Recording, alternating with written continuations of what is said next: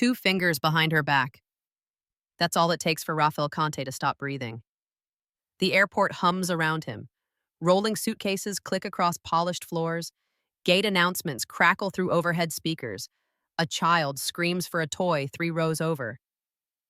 Concourse F glows white under the afternoon sun pouring through skylights. Saturday travelers shuffle past in sweatpants and neck pillows, dragging carry-ons toward gates they're already late for. Conte stands near a coffee kiosk, black suit sharp enough to draw blood, white shirt open at the collar, gold chain resting against ink-dark swallows tattooed on his throat. He's not here for business. Just a delayed flight to Miami and a cup of espresso gone cold in his hand. He watches the crowd the way most people breathe, automatic, unthinking. Then the little girl raises her hand. She's maybe 8 years old, walking half a step behind a woman in a gray housekeeping uniform. The woman's shoulders curve inward like she's been folded too many times. Her name tag says Nadine, but she keeps her head down, eyes fixed on the carpet ahead. The girl, small, bright-eyed, backpack bouncing against her spine, turns her wrist just enough. 2 fingers, pointed backward, held for 3 seconds. Hi, viewers, kindly tell us where you're watching from and what time it is. Conte's coffee cup stops halfway to his mouth. His sister used to sign like that. B. Dead 6 years now. She taught him the language of hands before the world taught him the language of fists. He knows what 2 fingers mean when they're hidden, when they're desperate. Help. The girl's name is Zuri. He doesn't know that yet. What he knows is the way her mother's grip tightens on her wrist, the way Nadine's eyes flick left, then right, without lifting her chin. The way 3 men scattered across the seating area all glance up at the same moment when the PA system stutters mid-announcement. Conte sets his cup down. The first man leans against a support column 20 feet away, shaved head, shoulders like a door frame, hands clasped in front of him like he's praying. But his eyes aren't closed. They're locked on Nadine. The second man sits near the restroom corridor, expensive coat draped over athleisure gear, checking a watch that costs more than most people's rent. The third pretends to FaceTime someone, phone angled just wrong enough to catch Nadine and Zuri in the frame. Conte's jaw tightens. This isn't crowd control. This is a cage with no bars. Nadine whispers something to Zuri. The girl nods, but her fingers stay frozen in that signal. 2. Help. The universal code her mother drilled into her like a fire escape plan. If we're not safe, you show me. You don't say it. You show me. Conte pulls his phone from his jacket. He scrolls through contacts until he lands on a name most people wouldn't recognize, an airport operations manager who owes him for a brother's gambling debt that vanished last spring. He types fast. Gate 12. PA glitch for 12 minutes. Now. The reply comes in 10 seconds. Done. Conte slides the phone back into his pocket and starts walking. Not toward Nadine. Toward the man in the expensive coat. The one checking his watch like he's timing a countdown. Conte knows the type. Corporate enforcers who think money makes them bulletproof. He knows how they move, how they calculate, how they break when someone bigger enters the room. The PA system hiccups. Static floods the speakers. The departure board flickers. Travelers groan and pull out phones to check flight apps. Conte reaches the man in 3 strides. He bumps his elbow. Hard. Hot espresso explodes across the man's coat. The cup hits the floor, brown liquid spreading like an accusation. The man jumps up, swearing, grabbing napkins from a nearby counter. Conte doesn't apologize. He leans in close, voice low enough to sound like a confession. You're late for your flight. The man freezes. His eyes catch the tattoos on Conte's neck. The swallows, the rosary beads climbing toward his jawline. Recognition doesn't come, but fear does. I don't. You do. Conte's smile doesn't reach his eyes. Gate 12's a mess. Maybe try a different terminal. The man's hand twitches toward his phone. Conte's hand moves faster, gripping the man's wrist just tight enough to feel bone.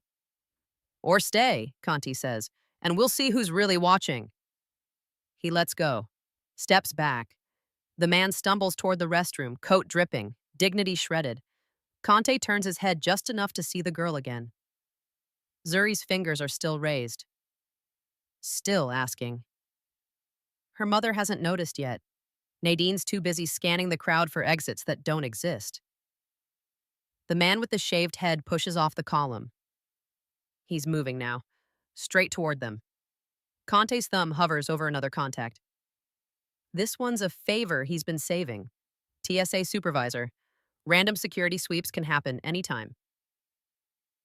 Especially when someone calls in a tip about suspicious luggage carried by a man with a shaved head and an oversized duffel. He taps the screen. 3 men glance up at the same moment. The PA system glitches again, and gate 12 goes dark. What would you do if you saw that signal? Drop a comment if you've ever noticed something everyone else missed. Nadine's phone buzzes in her apron pocket. She doesn't check it. Not with Zuri's hand still locked in hers, not with the crowd pressing closer, not with that man in the black suit watching her like he knows something she hasn't said out loud. The phone buzzes again. This time she risks it. Pulls it out just enough to see the screen. A text from Shayla, the friend who helped her buy the standby tickets, the one who promised the airport cousin could get them through without questions. They know. Get out, now! Nadine's stomach drops through the floor. She looks up. The man with the shaved head, Gunnar, though she doesn't know his name yet, is 30 feet away. His eyes lock on hers. He doesn't smile. Doesn't need to. His posture says everything. You thought you could run. Another buzz. Your gate. Your aunt's address. They have everything. Nadine's breath catches. She squeezes Zuri's hand twice. Their code for danger, close. Stay with me. Zuri squeezes back once. Understood.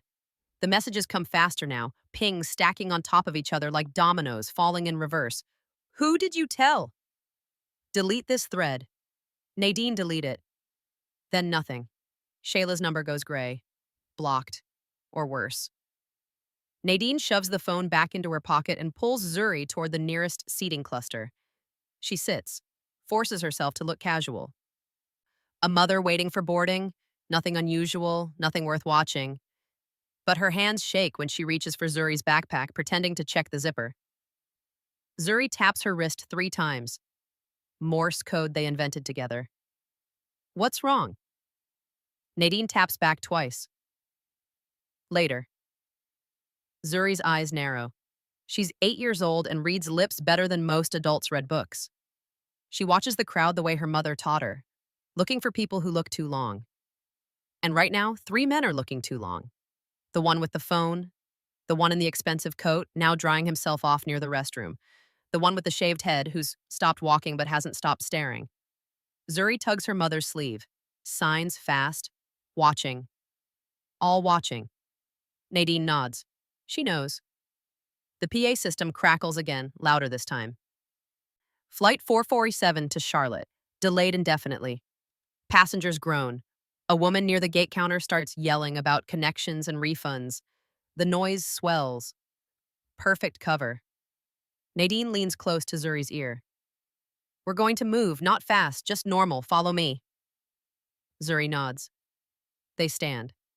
Nadine adjusts her apron, smooths her uniform like she's on shift. Like she belongs here. Like she's not running from a man who thinks money buys silence. 15 feet to the bathroom corridor, 20 to the bookstore, 30 to the food court. She counts steps in her head, plans routes, looks for TSA uniforms, security desks, anywhere with cameras and witnesses, and people who might care if a woman and her daughter disappear. Her phone buzzes one more time. She doesn't look. Instead, she watches the man in the black suit. He's moved again. Closer now. Not to her, to the man in the coat. They're talking, or rather, the man in the suit is talking, and the man in the coat is listening the way people listen to bad news they can't argue with. The man in the suit turns his head. Just a fraction. His eyes meet Nadine's for half a second. She looks away fast. Too fast. Zuri tugs her hand, signs, he help? Nadine doesn't answer. She doesn't know. All she knows is that the man with the shaved head just pulled something from his jacket. Not a weapon. A phone. He's texting someone. Fast. The reply must come quick because his expression shifts. He pockets the phone and changes direction. Not toward the gate, toward Nadine. Zuri sees him first. Her fingers go rigid in her mother's hand. She raises her other hand again, 2 fingers behind her back, higher this time. Desperate, and this time Nadine sees it. Her daughter is asking strangers for help. Nadine's throat closes. She wants to scream, wants to grab Zuri and sprint for the exit. But exits lead to parking lots, and parking lots lead to cars with tinted windows and men who don't leave witnesses. The PA system dies completely.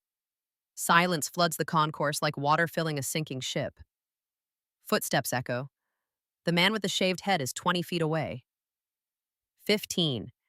Nadine pulls Zuri behind her. Her voice comes out steady, practiced. The voice she uses when Trent Cade asks why the study smells like bleach. Can I help you? The man stops. He smiles. It's the kind of smile that doesn't touch the eyes. Ms. Brooks, Mr. Cade's been worried about you. Ever sent the wrong text and felt the room tilt? Tell me below, because Nadine's about to learn exactly what that costs. The PA system clicks back to life. Static hisses through the speakers like a snake waking up. Nadine doesn't move. She keeps herself planted between Zuri and the man with the shaved head, Gunnar, whose smile looks carved from wax. Mr. Cade's worried, Gunnar repeats, slower this time, like she didn't hear him the first time. Sent me to make sure you didn't miss your ride. Nadine's pulse hammers in her ears. We don't need a ride, we have tickets. Stand by. Gunnar tilts his head. Risky. You might not make it on. Hate for you and the little one to be stranded? Zuri's fingers dig into her mother's uniform. She doesn't need to hear the words to know the shape of a threat. Gunnar's eyes flick down to Zuri. Back to Nadine.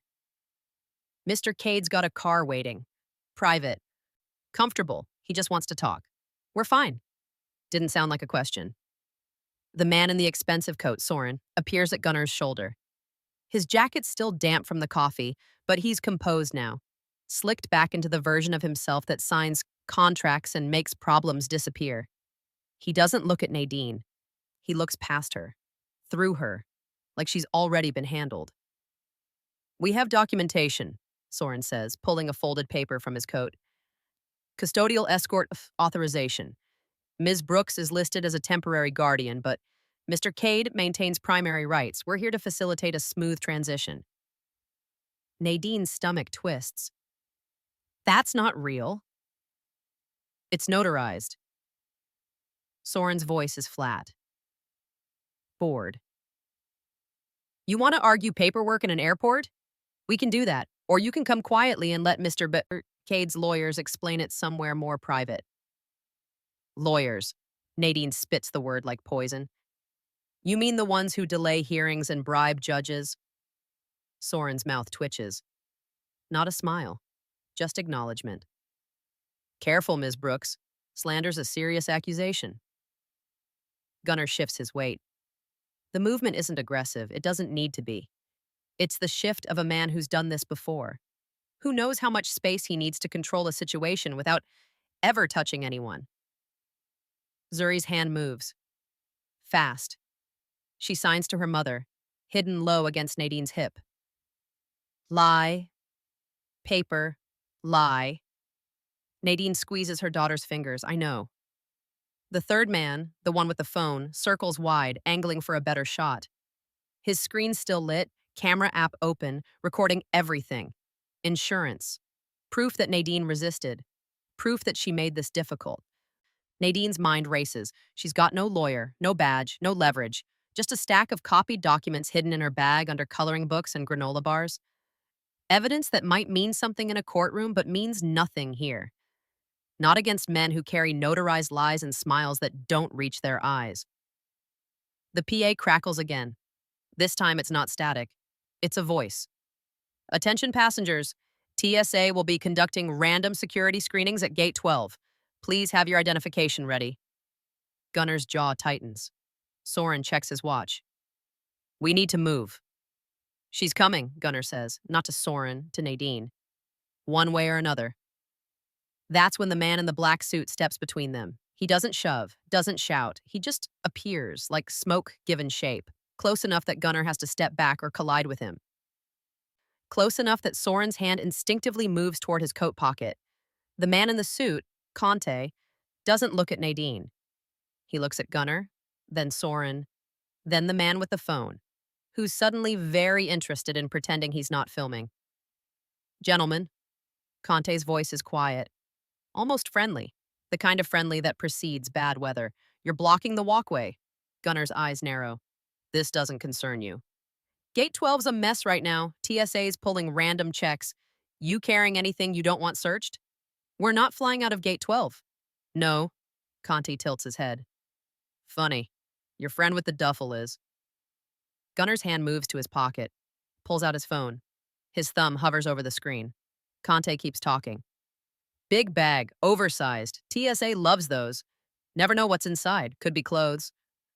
Could be documents. Could be something that makes them ask questions you don't want to answer. Soren steps forward. Who the hell are you? Conte's smile is thin, sharp. Someone who notices things. You a cop? Do I look like a cop? Soren studies him. The tailored suit, the tattoos, the gold chain that catches the light like a warning. He takes a half step back. Conte's phone buzzes. He glances at it. His smile widens. Looks like your boy just got flagged. Random screening. Funny how that works. Gunnar's face goes red.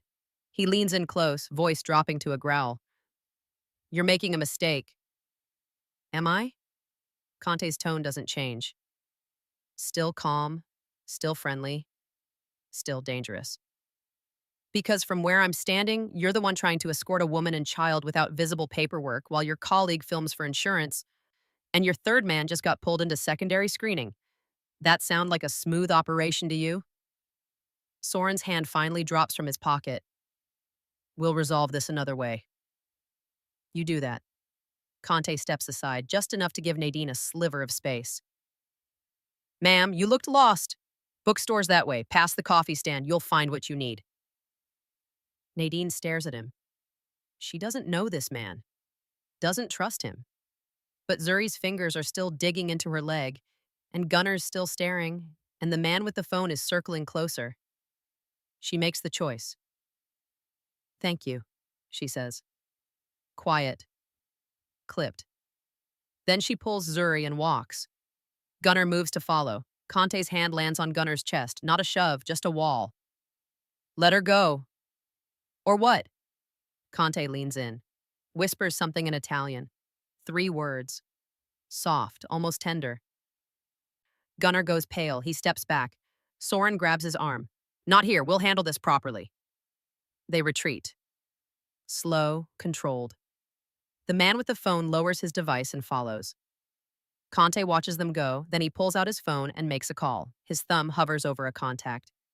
The screen reads, Marisol, Airport Security. He taps it.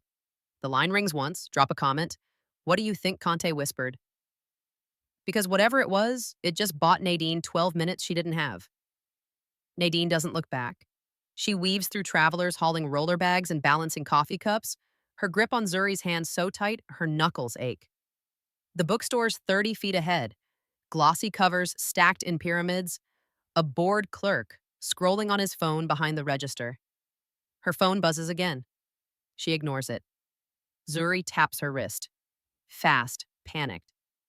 Man, still watching. Nadine risks a glance over her shoulder. Gunnar and Soren have stopped near the seating cluster, conferring in low voices. The man with the phone isn't filming anymore. He's texting. Fast. Whoever's on the other end is getting a full report. She pulls Zuri past a luggage display, past a woman arguing with a gate agent, past a janitor mopping up spilled soda. Every step feels like walking through deep water. Then she sees it. A scrap of paper on the floor. White. Folded once. She almost steps over it, almost keeps walking. But something about the way it's placed, deliberate, centered, like someone wanted it found, makes her stop. Zuri tugs her hand.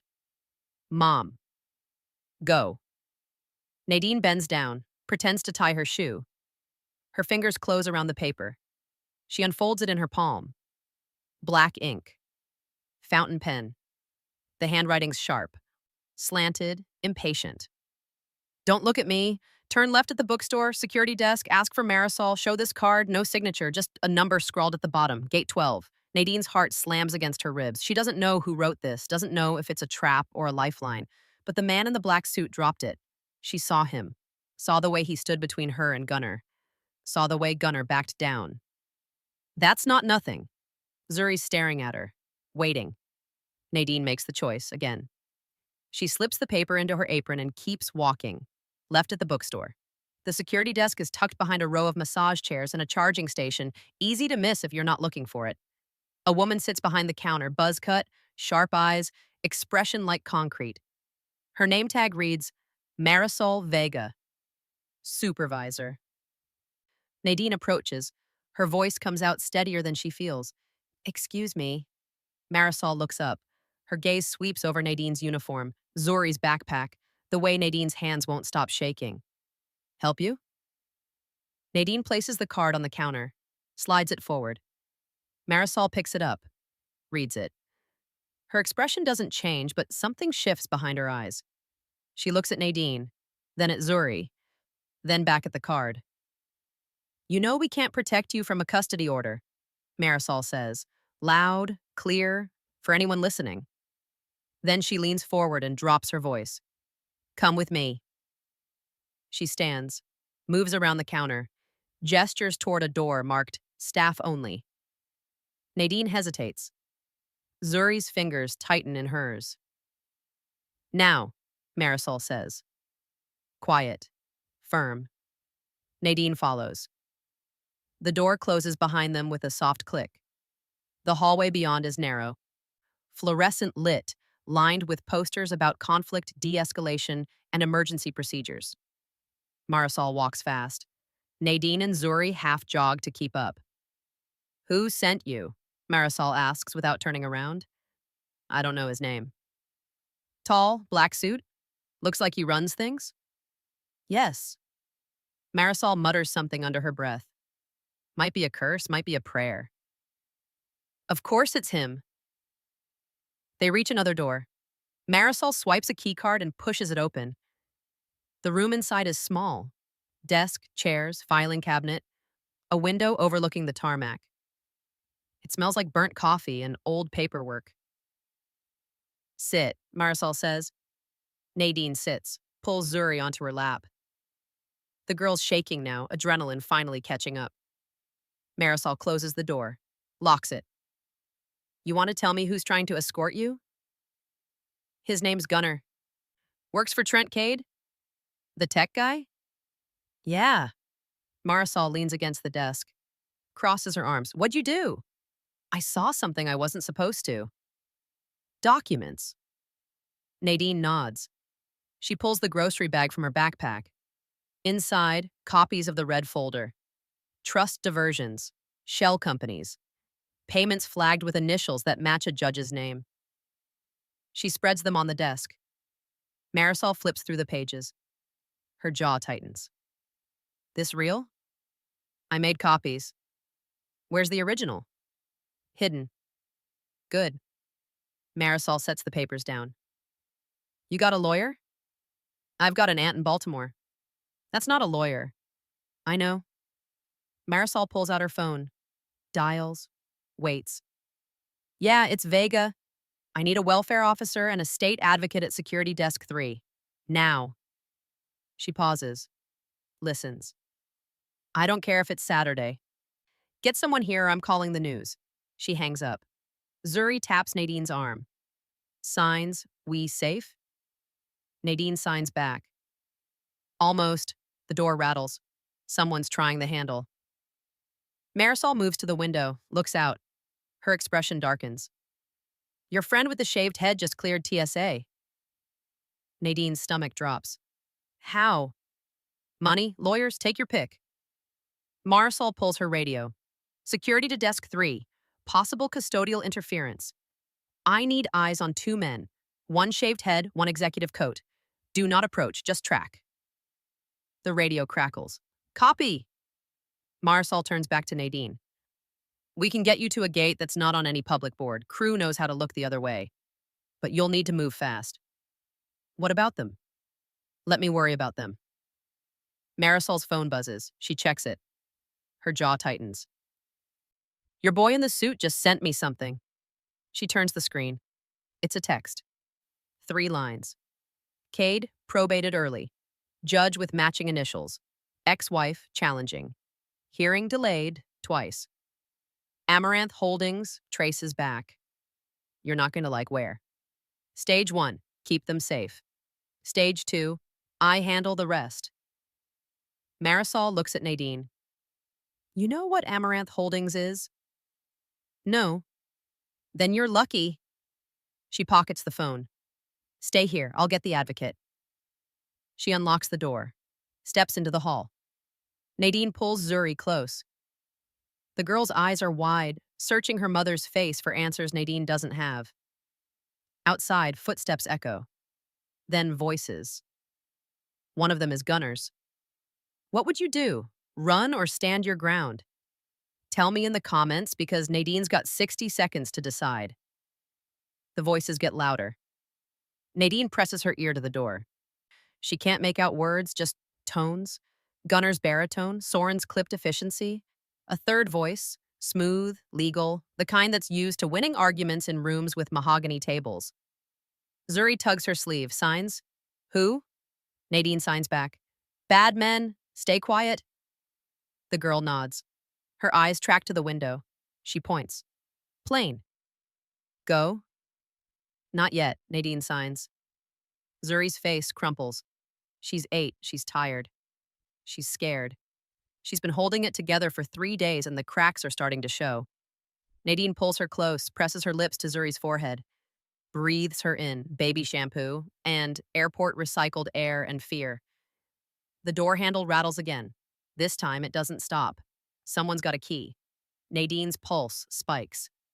She looks around the room, desk, chairs, filing cabinet, window. No other exits.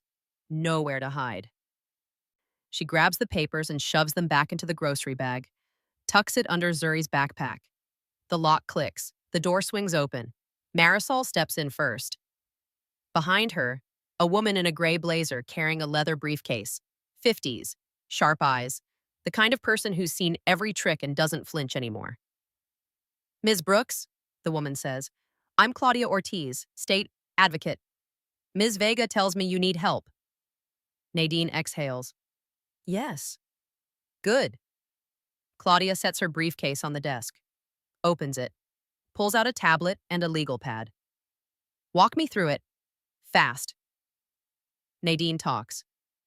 She keeps it simple. Trent Cade.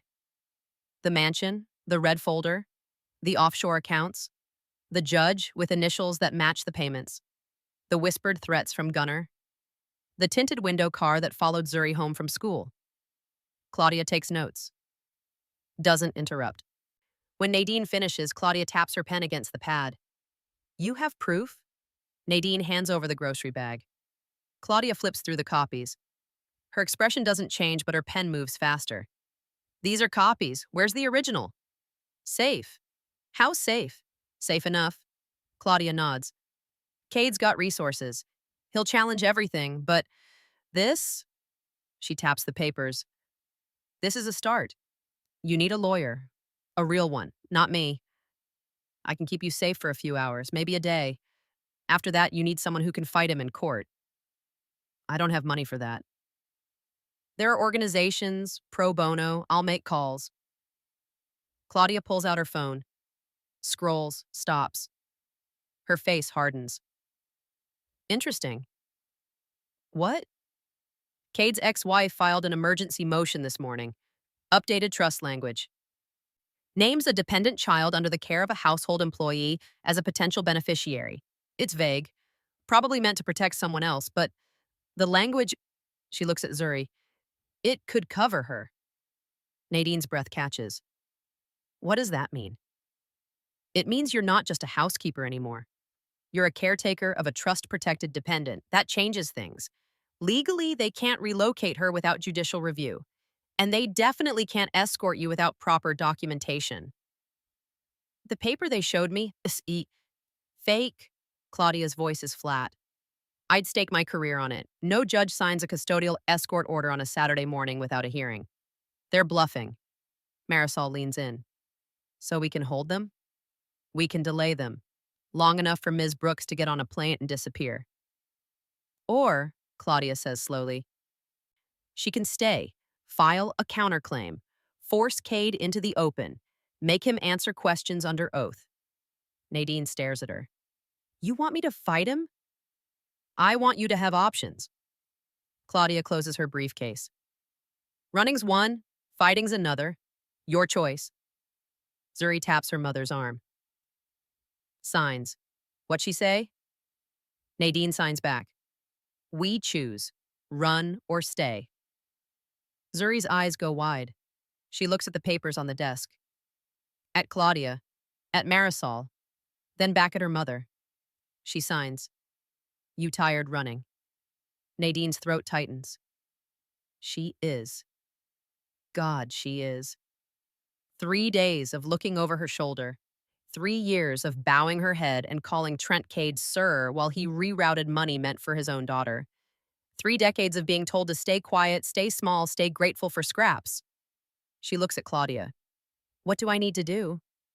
Claudia's mouth twitches. Might be a smile. First, we record everything. Statement on camera. Then we lock it down with a filed complaint. Then the door slams open. Gunnar fills the frame. Soren's behind him. Behind Soren, 2 men in suits. Lawyers, expensive ones. Ms. Brooks, one of the lawyers says. Voice smooth. Practiced. We have documentation authorizing custodial escort pending judicial review. You're interfering with a legal process. Marisol steps forward. But you have a warrant? We have an order. Let me see it. The lawyer pulls a paper from his coat, hands it over. Marisol reads it, slow. Then she looks up. This is signed by Judge Kerrigan. That's correct? Kerrigan's on vacation. Has been for a week. The lawyer's smile falters. It was signed electronically. Funny. Marisol pulls out her phone. Because I'm looking at the court docket right now, and there's no filing under Brooks or Cade. No motion, no order, no signature. The second lawyer steps forward. There's been a clerical delay. There's been fraud, Claudia interrupts. She holds up her tablet, screen facing them. And we're recording every word, so I'd choose your next sentence very carefully. The lawyers look at each other. One of them mouths something to Soren. Soren's jaw tightens. He pulls out his phone. Dials. Waits. We have a problem, he says into the phone. Then he listens. His face goes pale. He hangs up. We'll return with proper documentation, he says. Flat. Defeated. Gunnar doesn't move. She's coming with us. No, Marisol says. She's not. You gonna stop me? I don't have to. Marisol nods toward the window. Gunnar turns. Outside on the tarmac, 2 airport police units pull up, lights flashing. Marisol's radio crackles. Security to desk 3. We're en route. ETA 30 seconds. Gunnar's hand flexes. He's calculating, weighing odds, looking for an angle. He doesn't find one. This isn't over, he says. It is for today, Claudia replies. Gunnar and the lawyers retreat. Slow. Controlled. Soren lingers for half a second, staring at Nadine like he's memorizing her face. Then he turns and follows. The door closes. Nadine sinks into the chair. Her hands won't stop shaking. Zuri climbs into her lap. Signs. We stay? Nadine signs back. We fight. Marisol's phone buzzes. She checks it. Your boy in the suit says there's a gate change. Non-listed flight. Leaves in 40 minutes. Crew's ready. You want it? It's yours. Nadine looks at Claudia. If I run, he'll keep coming. With better lawyers, better papers, better lies. If I stay, You'll have a chance. Nadine closes her eyes, breathes, opens them. I'll stay. Claudia nods. Then let's get to work. Run or fight? Nadine just made her choice. What would you do?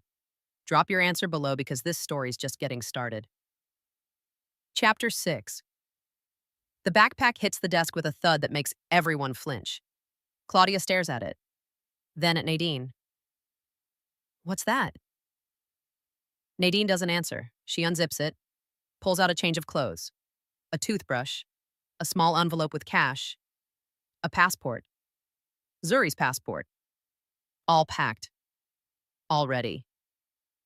They packed this, Nadine says. Her voice is hollow. 3 days ago, before I even knew we were running. Marisol picks up the passport, flips it open. This is current. Cade had it expedited. Said it was for a family trip he was planning. Nadine's laugh is bitter. Sharp. I thought he was being nice, letting us tag along to some resort. Help with his daughter. Claudia's jaw tightens. He was planning to relocate you. To where? Somewhere without extradition. Somewhere he could control the narrative. Claudia pulls the envelope, counts the cash. 5,000, just enough to make you think you had options. Not enough to actually disappear. Zuri's watching her mother. She signs, what it mean? Nadine signs back. He lied. Whole time. The girl's face hardens. She's 8 years old and she's learning what power looks like when it's used as a cage. She reaches into the backpack's front pocket, pulls out something small. Silver. A bracelet. She holds it up. Signs. He gave. Said gift. Claudia takes it, turns it over. Her expression shifts. There's a tracker in this. Nadine's stomach flips. What? GPS chip, embedded in the clasp. Claudia holds it to the light. This is how they knew your gait, your aunt's address, everything. Marisol swears under her breath. How long has she been wearing it? 2 weeks, Nadine whispers. He gave it to her after parent-teacher night, said it was for safety. It was surveillance. Claudia sets the bracelet on the desk. Everything you did, everywhere you went, they were watching. Nadine's hands shake. She wants to scream, wants to throw something, wants to go back in time and tell herself to run. The second Cade smiled at her daughter, but time doesn't work that way, and hindsight's a luxury she can't afford. Zuri tugs her sleeve. Signs? My fault? Nadine grabs her daughter's hands, signs fierce, fast, certain. No, never. His fault. Only his. The girl's eyes fill, but she doesn't cry. She's learned that tears are for later, for safe places. Not here. Claudia pulls out her tablet. We need to document this. The bracelet, the packed bag, the passport. All of it goes on record. What good does that do? Nadine asks. It establishes intent. Cade wasn't protecting you, he was preparing to control you. That plays in court. Claudia taps the screen, pulls up a document. There's something else. The trust clause I mentioned earlier, the one that names a dependent under the care of a household employee? Yeah. I dug deeper. The clause was added 6 months ago, right after Cade's ex-wife filed for custody. She was trying to protect her own daughter, but the language is broad. It covers any dependent child in the household. Nadine's breath catches. Zuri's not his daughter. Doesn't matter. The clause doesn't specify biological relation, just dependency and care. You've been her primary caretaker while working in his household. That makes her covered under the trust.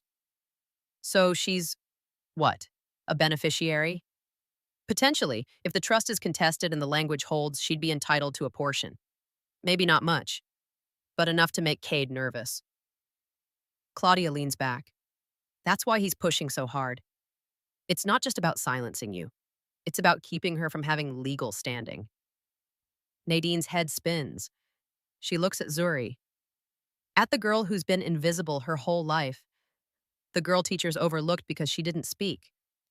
The girl Cade smiled at and called sweet while planning to ship her off like cargo.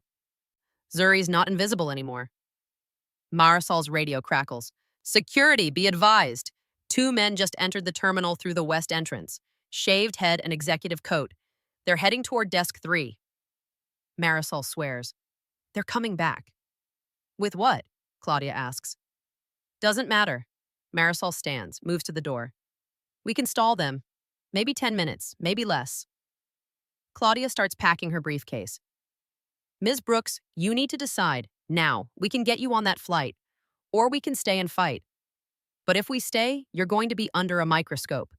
Depositions, court appearances, media if this leaks, it's going to be ugly. Nadine looks at the backpack, at the bracelet, at the passport with her daughter's face smiling up from the page. She thinks about 3 years of scrubbing floors while Cade hosted dinners in rooms that cost more than her annual salary. 3 years of yes, sir, and no, sir, and thank you for the opportunity, sir. 3 years of watching him smile at Zuri while plotting to erase them both.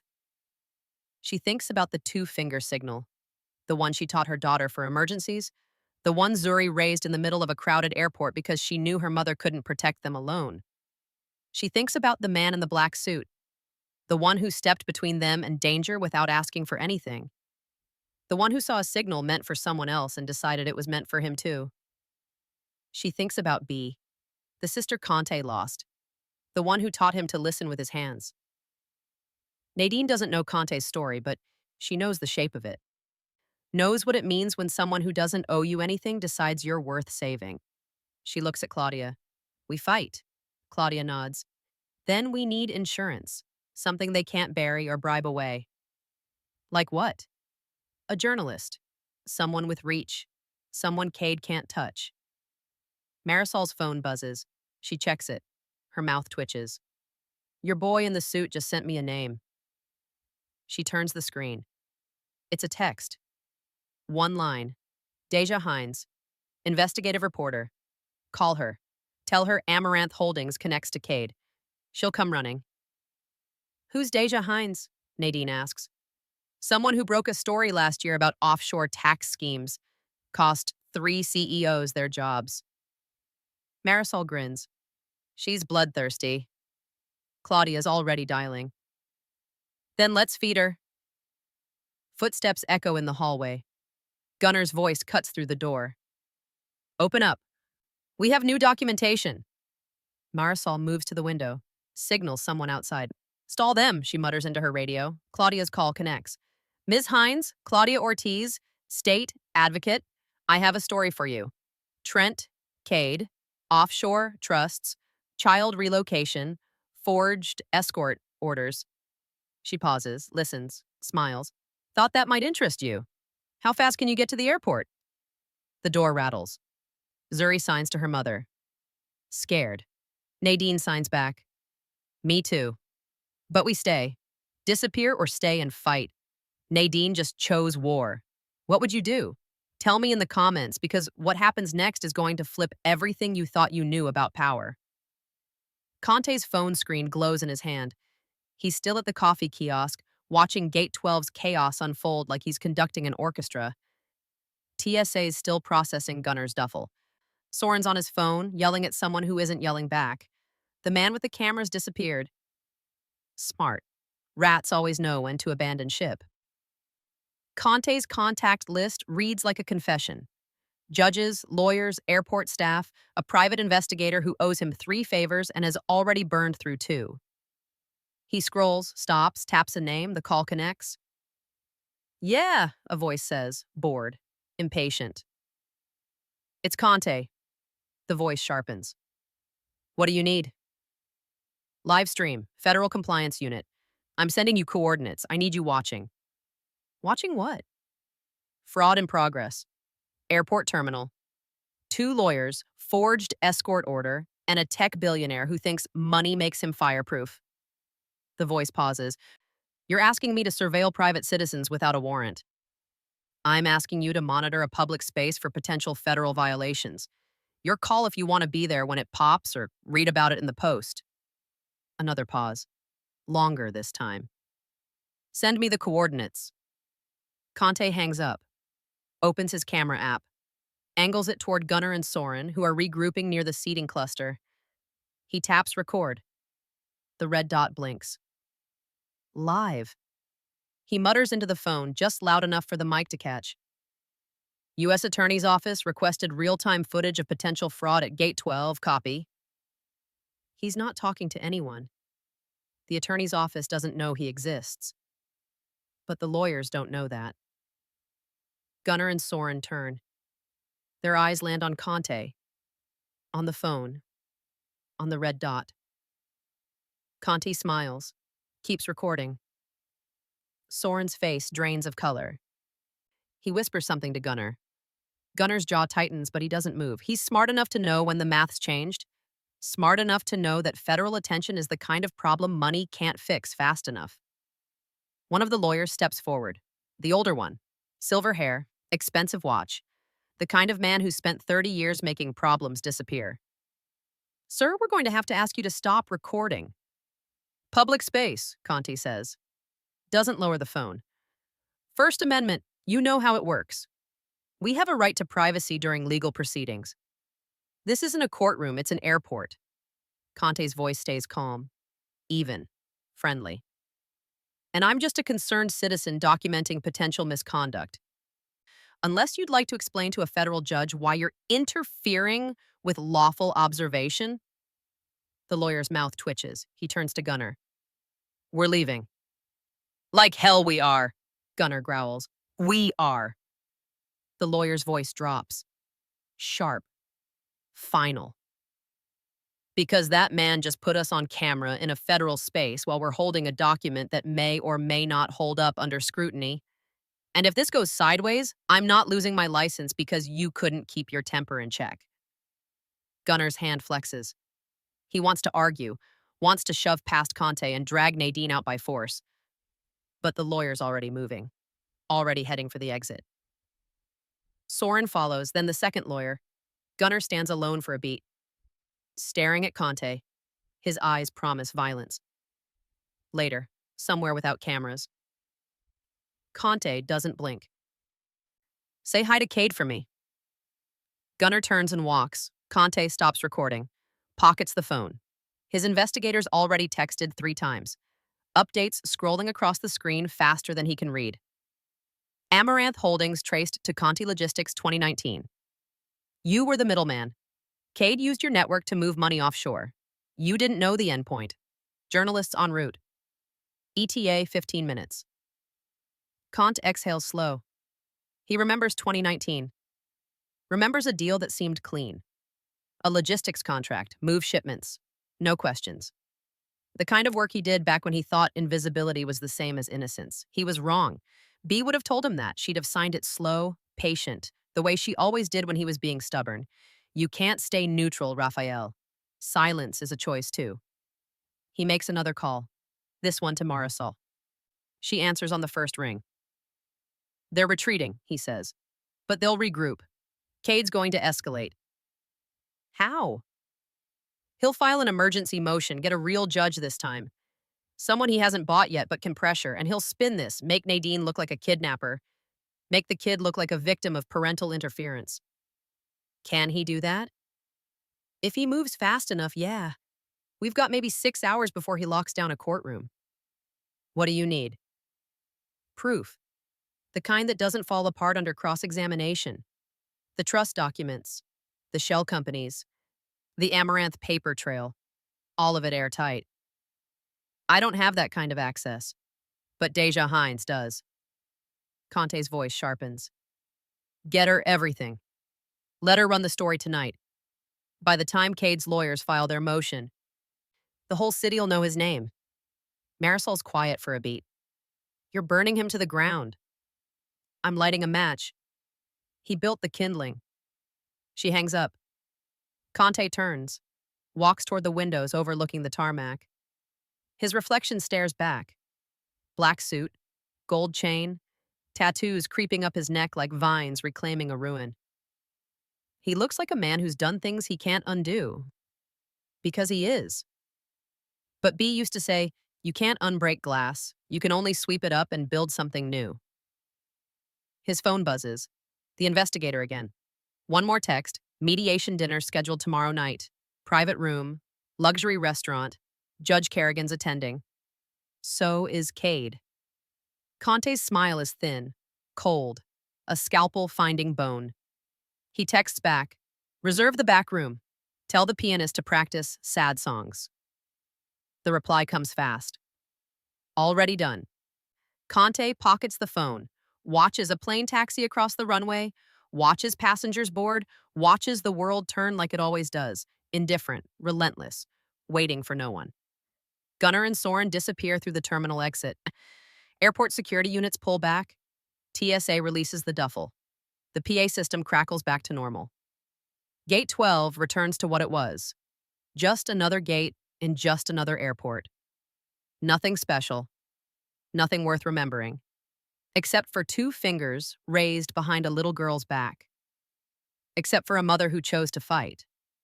Except for a man who remembered his sister's hands and decided silence wasn't an option anymore. Conte finishes his coffee. Cold now, bitter. He doesn't mind. Like and share if quiet justice beats loud revenge every time. We're not done yet. The jetway hums like a held breath. Nadine stands at the threshold, one hand gripping Zuri's, the other clutching a folder Claudia pressed into her palm 10 minutes ago. Inside, copies of everything. The trust documents, the tracker evidence, the forged escort order, insurance. The flight attendant crouches to Zuri's level. Her hands move. Awkward, hesitant, but earnest. "Welcome aboard." Zuri's face lights up. She signs back. "Thank you." The attendant smiles, straightens, looks at Nadine. "We've got you in 12A and B, window and middle. No one in the aisle. You'll have space." Nadine nods. Can't speak. If she speaks, she'll cry, and if she cries, she won't stop. Behind them, Marisol watches from the gate desk. Claudia's on her phone, still coordinating. Still building the case. Still turning Nadine's 3 days of terror into something that might hold up in court. Conte's nowhere. He didn't say goodbye, didn't ask for thanks, just sent one more text through Marisol's phone 30 minutes ago. 2 paths. East to your aunt, safe, quiet, invisible. Or stay, testify. Face Cade in court. Journalist drops the story tonight. Mediation dinner tomorrow. Your choice. Nadine chose. She chose wrong the first time, stayed silent, kept her head down, believed that obedience was the same as safety. But Zuri's 2 fingers taught her different. Taught her that sometimes the loudest thing you can do is ask for help. So she's staying. The flight's a decoy, a shell game. Get on the plane, let Cade's people think she's running, then deplane at the last second and slip back through the service corridor. Claudia's got a safe house lined up. Marisol's got security watching the perimeter. Deja Hines has the documents and a prime time slot. By tomorrow morning, Trent Cade's going to wake up to his name and headlines he can't buy his way out of. But first, Nadine has to survive tonight. She steps onto the plane. The cabin smells like recycled air and disinfectant. Overhead bins click shut. Passengers scroll phones, adjust neck pillows, ignore each other the way strangers do. Zuri slides into the window seat, presses her face to the glass. Signs. "We really go?" Nadine signs. "Just pretend." "Then we come back." Zuri frowns. Why? Because running doesn't stop him. Fighting does. The girl's quiet for a long moment. Then she signs, "You scared?" Nadine signs, "Yes." Zuri nods, signs, "Me too." "But you brave." Nadine's throat closes. She pulls her daughter close, kisses her forehead, breathes her in. If courage is just fear that's decided to move forward, then maybe they're both brave. Maybe that's enough. The flight attendant passes by, pauses. "Ma'am, we'll be taxiing in 5. You need anything?" Nadine shakes her head. The attendant moves on. Nadine's phone buzzes. She checks it. A text from an unknown number. Exit rows clear. When the door closes, get up. Follow the attendant to the galley. Service doors unlocked. Marisol's waiting. No signature, but she knows who sent it. She looks out the window, searches the terminal, finds him. Kant, standing near the coffee kiosk. Black suit, gold chain, watching the plane like he's memorizing it. Their eyes meet across the glass. She doesn't wave, doesn't nod, just holds his gaze for 3 seconds. Thank you. He turns away first, pulls out his phone, dials, disappears into the crowd. The cabin door closes with a metallic thunk. The captain's voice crackles overhead. Flight attendants, prepare for departure. Nadine counts to 10. Then she stands. Zuri follows. They move toward the galley. The flight attendant from earlier meets them. This way, she murmurs. Opens the service door, steps aside. Marisol's waiting in the jetway. Come on. They slip through. The door closes behind them. The plane pushes back from the gate, rolls toward the runway, takes off without them. Nadine exhales. Her knees almost give out. Marisol steadies her.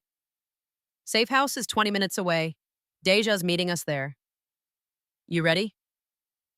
Nadine looks at Zuri, at the girl who's been brave for 3 days straight, at the daughter who taught her that silence isn't survival, it's surrender. She looks back at Marisol. I'm ready. They walked. The terminal's quieter now. Late afternoon sliding into evening. Travelers thinning out. Gates closing. The airport settling into its night rhythm. Nadine's phone buzzes again. Another text? This one from Claudia. Cade just filed an emergency motion. Hearing set for Monday morning. Judge Melton presiding. He's clean. Can't be bought? This is good for us. Nadine texts back. What do I need to do? Claudia's reply comes fast. Show up, tell the truth. Let Deja's story do the rest. They reach the service elevator. Marisol swipes her card. The doors open. They step inside. As the doors close, Nadine catches a glimpse of the departures board. Her flight, the one she was supposed to be on, blinks green.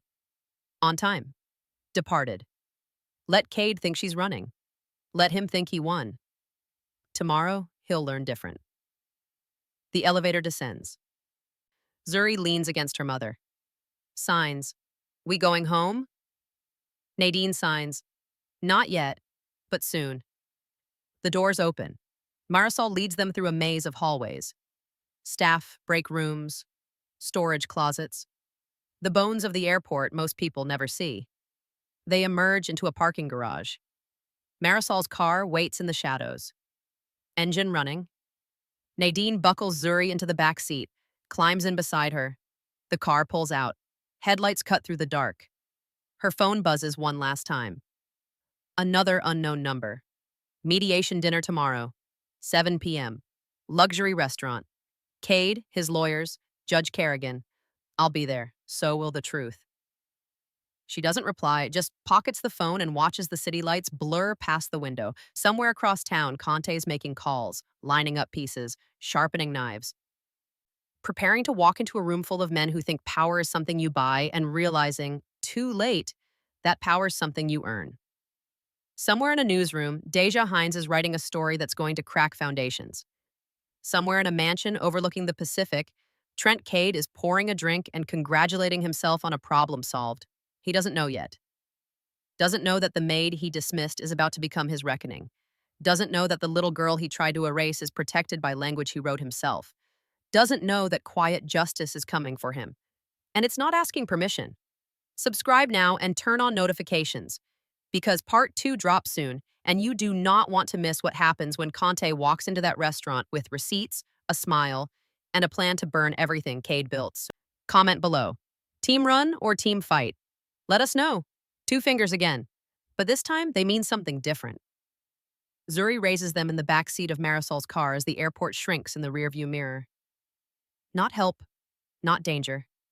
Just thank you in the private language she and her mother invented on nights when words felt too heavy. Nadine sees it, catches her daughter's hand, squeezes twice. You're welcome, you're safe.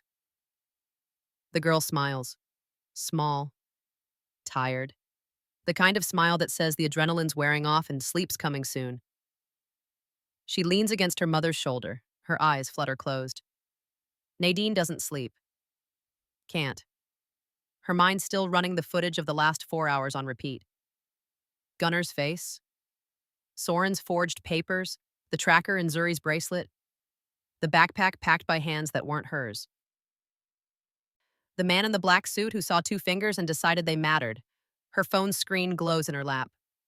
She scrolls through Claudia's messages. Instructions for tomorrow. Where to be, what to bring. How to answer questions under oath without falling apart. Another text comes through. Deja Hines this time. Story goes live at 10 p.m. Headline: Tech mogul Trent Cade, accused of trust fraud and child relocation scheme. Brace yourself, it's going to get loud. Nadine types back, how loud? Deja's reply, national. Maybe international if the offshore angle hits right. You ready for that? No, Nadine thinks, but she types, yes. The car turns onto a quiet street. Modest houses, porch lights glowing. The kind of neighborhood where people know their neighbors and don't ask too many questions. Marisol pulls into a driveway, kills the engine. This is it. Owner's a friend, she's out of town, you've got the place for 3 days. After that, we'll see where the case stands. Nadine unbuckles Zuri, carries her inside. The house smells like lavender and old books. A couch, a kitchen table, 2 bedrooms upstairs. Normal, safe, temporary. She lays Zuri on the couch, covers her with a blanket. The girl doesn't wake. Marisol sets a bag on the counter. Groceries, basics. Claudia will be here in the morning to prep you for the hearing. What about Cade? What about him? He's not going to just wait for Monday. He'll come looking. Marisol's smile is sharp. Let him try. This address isn't in any system he can access.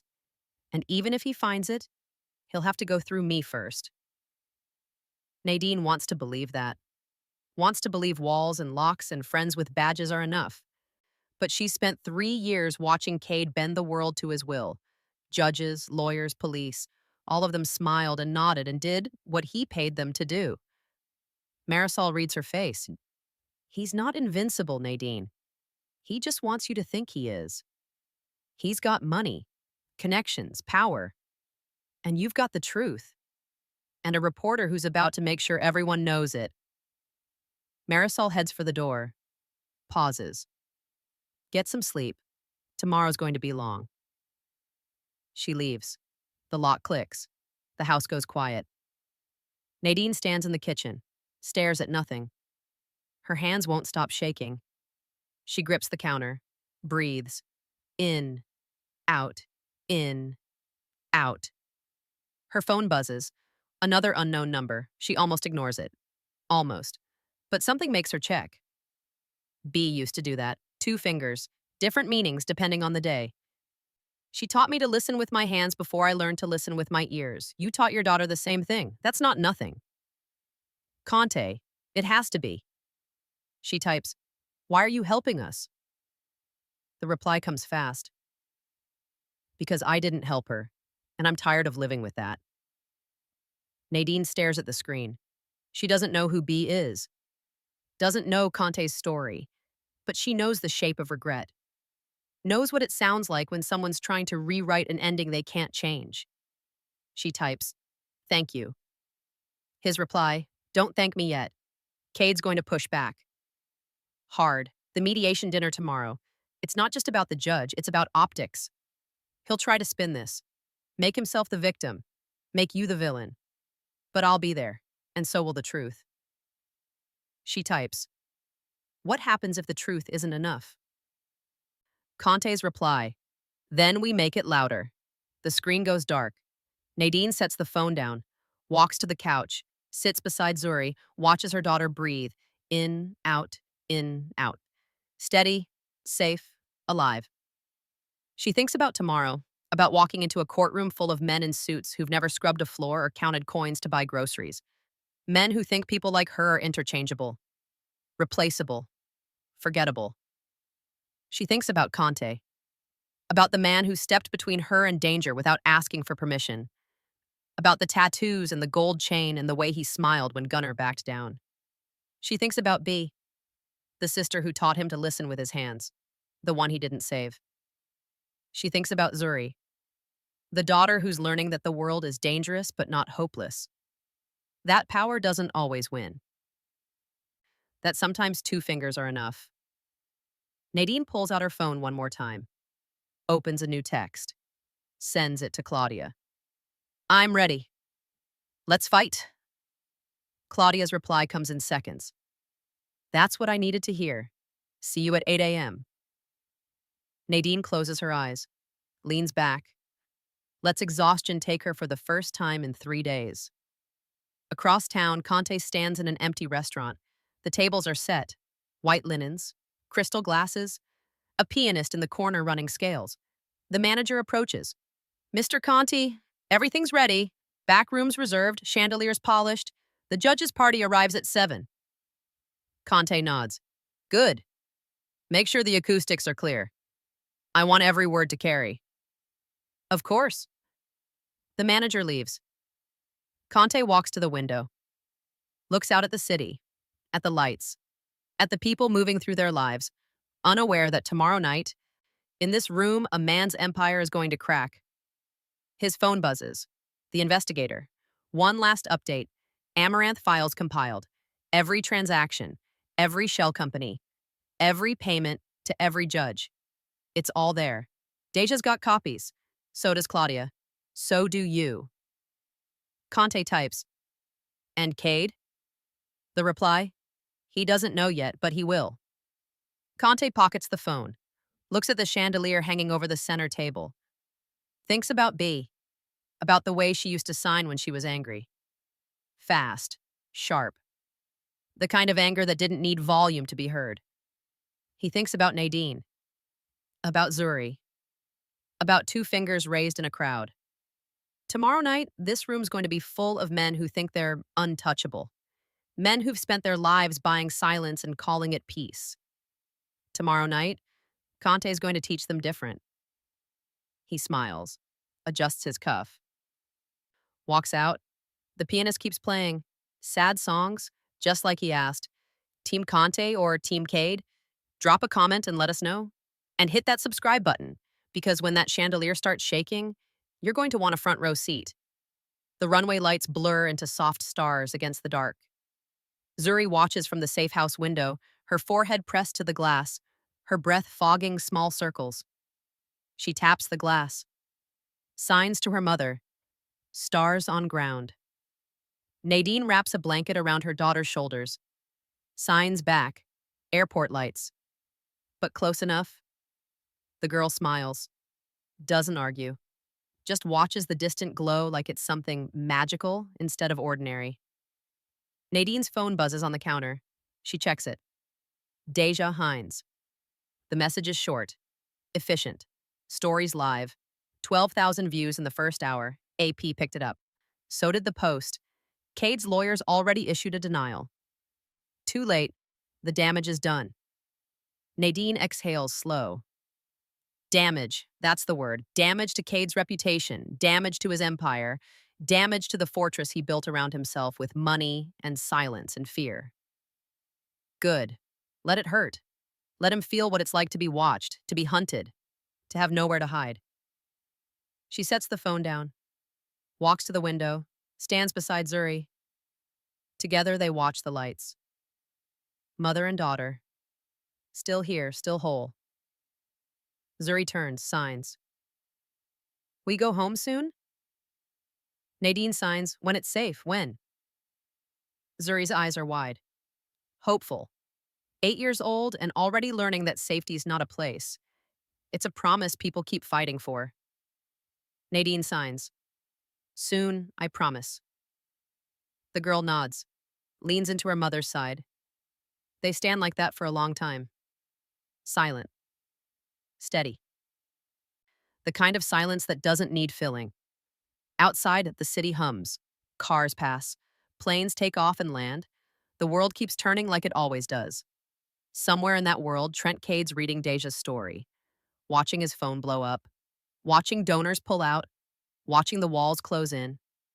Somewhere, Conte's adjusting his tie in a mirror, checking his watch, preparing to walk into a restaurant where reputations crack under chandelier light. Somewhere, a judge who can't be bought is reading the same files Nadine carried in a grocery bag, making notes, asking questions, preparing to do what the law's supposed to do, protect the people who can't protect themselves. Somewhere, Gunnar and Soren are packing bags, booking flights, running before the subpoenas land. Somewhere, a little girl's bracelet with a GPS tracker sits in an evidence locker, tagged and cataloged. Proof, receipts, the kind of thing juries love. Nadine's phone buzzes again. Conte this time. One message. Mediations tomorrow, 7 p.m. You don't have to be there, but if you want to watch him squirm, Deja's got a live feed. Passwords B. Nadine types back. I'll be watching. His reply, good. Let's change what money thinks it can do. She smiles, sets the phone down. Zuri tugs her sleeve. Signs, you happy? Nadine thinks about that. Happy's a big word, too big for tonight. But there's something close to it. Something that feels like solid ground after 3 days of falling. She signs, getting there. Zuri grins. Signs, me too. They turn back to the window, back to the lights that look like stars. Back to the quiet house that's not home but close enough. Tomorrow, Conte walks into that restaurant. Tomorrow, Judge Melton reads the files. Tomorrow, the world learns that power has limits. But tonight, Nadine and Zuri are just two people watching lights through a window. Just a mother and daughter who raised two fingers and found someone who remembered what those fingers meant. Nadine's phone buzzes one last time.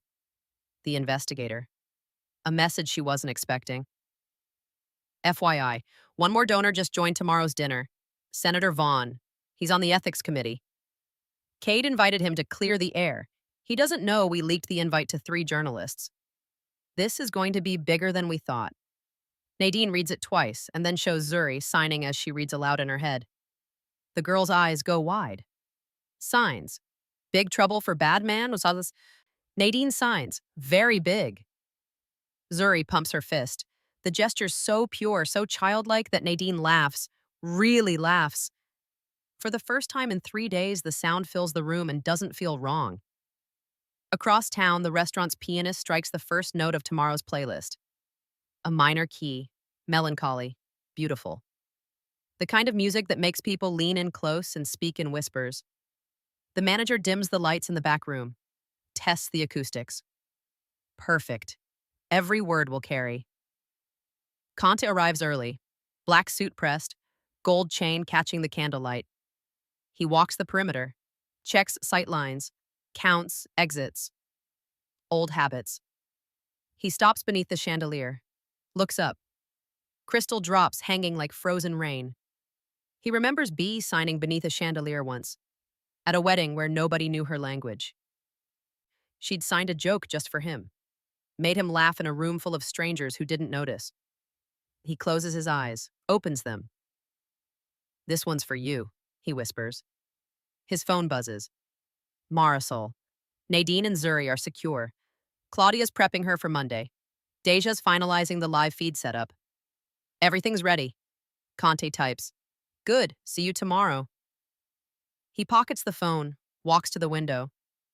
The city sprawls below, lights and steel and millions of people living lives that intersect and diverge and sometimes collide in airport terminals where little girls raise 2 fingers and everything changes. He thinks about tomorrow, about Cade walking in with his lawyers and his senator and his smile that's never been challenged, about the moment the cameras go live, about the judge's face when he realizes he's part of a spectacle he can't control, about the pianist playing sad songs while an empire cracks. Conte smiles.